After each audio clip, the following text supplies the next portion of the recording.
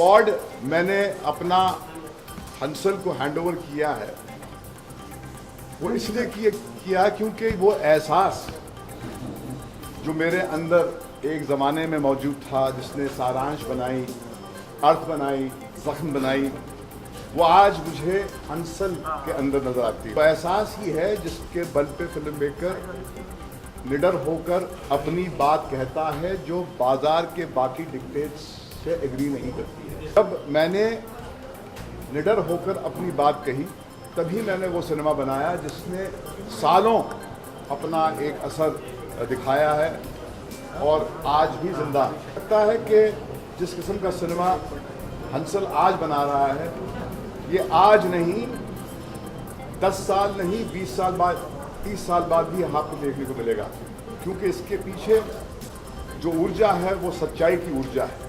Truth is not ageless, truth कभी बूढ़ा नहीं होता, उस पर कभी झुर्रियाँ नहीं बढ़ती। तो अगर सारांश जिंदा है आज, वो इसलिए जिंदा है क्योंकि उसके अंदर एक सत्य है, और वो सत्य को कहने के लिए जुर्रत की आवश्यकता थी जो मेरे में थी।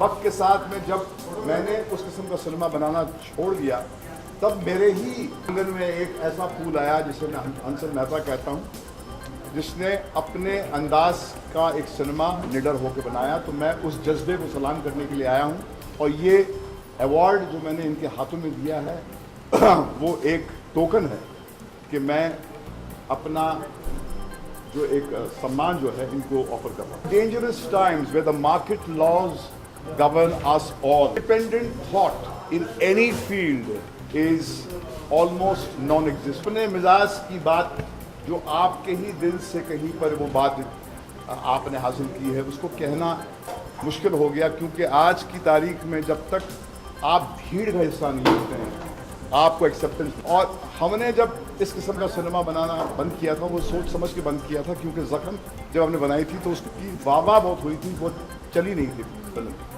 फिर हमने मर्डर, जिस्म, राज, जन्नत जैसी फिल्में बनाई, बहुत कामयाबी हासिल की, मगर कहीं पर दिल अंदर से मांग रहा था कि चलो एक मरतबा वहाँ जाके वही बात कहते हैं जिस तरह हमने सारांश के टाइम पे कही थी, ज़ख्म के टाइम कही थी। ऐसे में हंसल हमारे पास आए और हमने सिटी लाइट बनाई। Very humbled, this honour is मतलब जिनकी फिल्म देखकर मैं फिल्म मेकर बना, सारांश को देखकर मैं फिल्म मेकर बना। मैंने मेरी पहली फिल्म सारांश से इंस्पायर होकर बनाई थी, और आज उनसे ऐसा हुआ है जैसे शमाए महफिल उन्होंने मेरे तरफ बढ़ा के रख दी है। तो वो मेरे लिए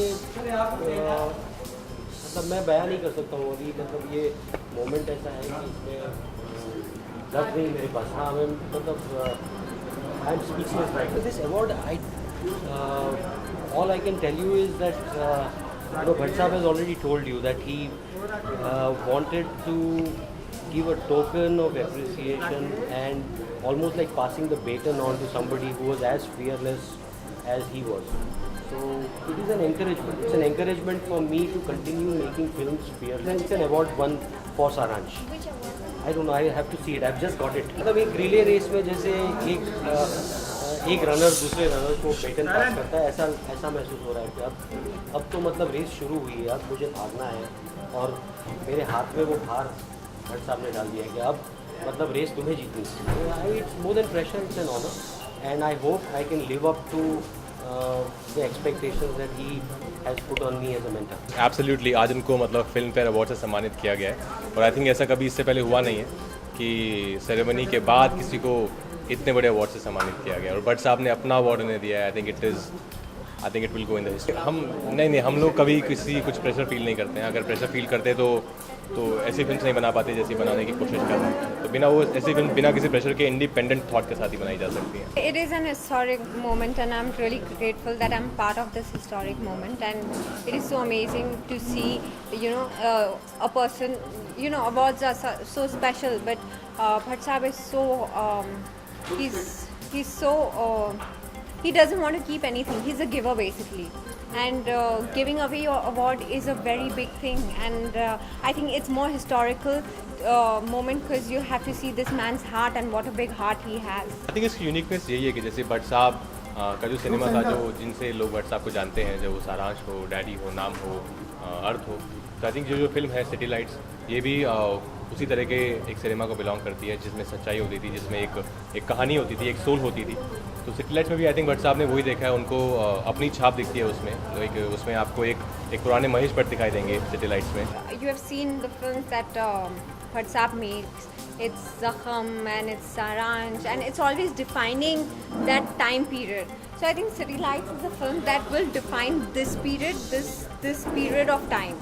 So I think that's the uniqueness of the film. हाँ नहीं, अभी तो आई थिंक अभी तो सिर्फ भट्ट साहब ने जो है गोली चलाई है, फायर किए हैं। अभी तो हम लोग भागेंगे और बहुत दूर तक मैराथन भागते रहेंगे।